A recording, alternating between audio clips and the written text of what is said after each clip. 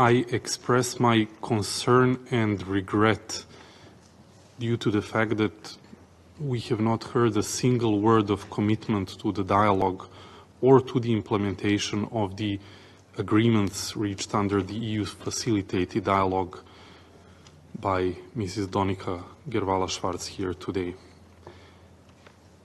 What we have heard instead was a series of accusations against my government and against Unmet, which is unacceptable and actually sends a very bad message about the relations towards a mission sent there by the UN Secretary General and by this august body.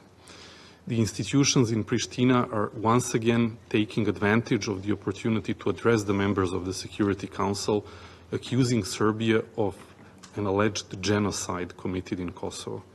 It is a narrative without any grounds, which they often use for daily political purposes. The term genocide should not be misused anywhere and anyhow, especially not for political and sensationalist purposes.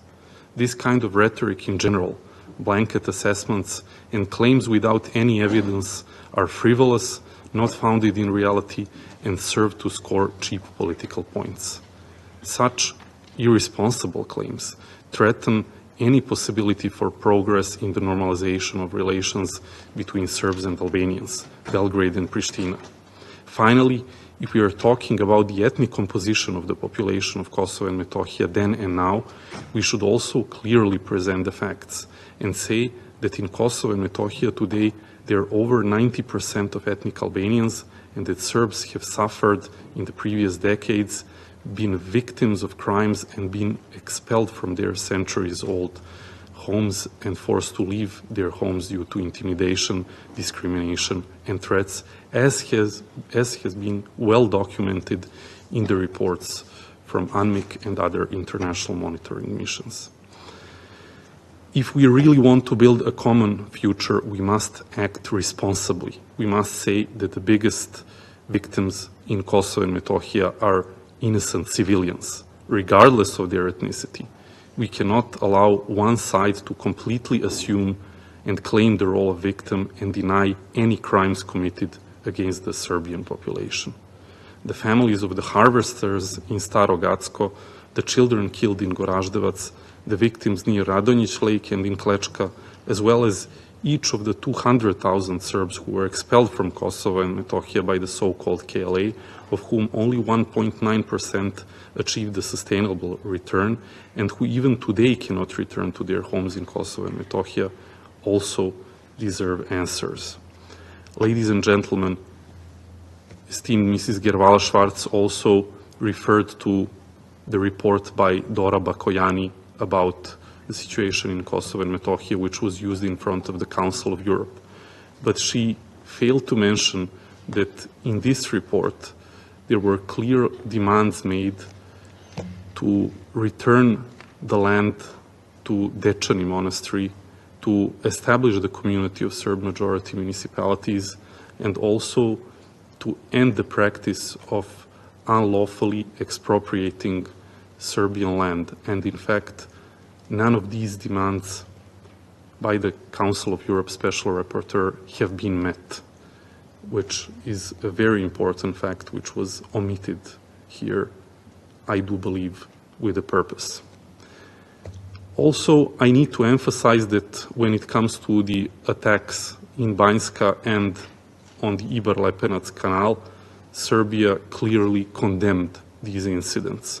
In fact, we demand accountability and clarity, as unfortunately out of the 4 individuals who tragically lost their lives in the Banjska attack, 3 of them were ethnic Serbs and 1 of them was an ethnic Albanian.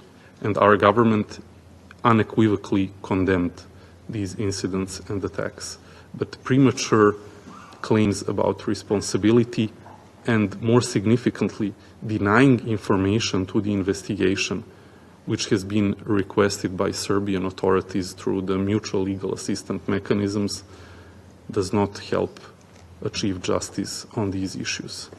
And also, it's worth noting that when it comes to the Ibar-Lepenac attack, the Serbian community in Kosovo is the primary community which has been affected by the disruption in supply of drinking water and electricity, and that Serbia has also offered assistance to repair the damage that has been done and which has since been thankfully accomplished. Also, I would like to welcome the interest expressed by Mrs. Gervale-Schwarz in domestic Serbian politics. It is always good to hear that there is a will to engage actively in Serbian politics by representatives from Pristina. However, insults that were mentioned here by Mrs. Gervale-Schwarz against Serbian leadership, against President Vučić, will not contribute to the normalization of relations or to the improvement of the political climate. Accusations and smearing against President Vučić is not something that is welcome, and I just want to say that speaking about authoritarian behavior, President Vučić actually is giving each and every day a master class in democracy in comparison to what we are seeing in Kosovo when it comes to both the freedom of movement and the right to gather.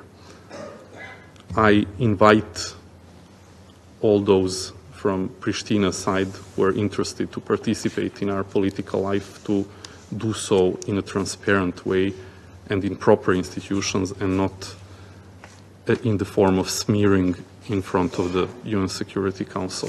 Finally, amid the current situation, the Republic of Serbia has justified concerns following the latest news about the signing of a trilateral memorandum on security cooperation, by which Albania and Croatia, together with the representative of the provisional institutions in Pristina, have taken steps to undermine the stability in the region, sending a message that they do not want a stable and future-oriented region by engaging in a defense treaty which could trigger a new arms race. I would like to draw the attention of the UN Security Council and the international community that in a frail region, at a very sensitive moment, an agreement on military cooperation is being reached without consulting some of the closest neighbors, among which the Republic of Serbia is not the only one. This violates the spirit of the 1996 agreement on sub-regional arms control, as well as the Security Council Resolution 1244, according to which KFOR is the only military force in the territory of Kosovo and Metohija. It is my duty to point out the harmfulness of such moves that threaten to revert us, at least verbally, to a period that we all want to leave behind. And I want to take this opportunity as well to strongly urge everyone in the region to focus on the future.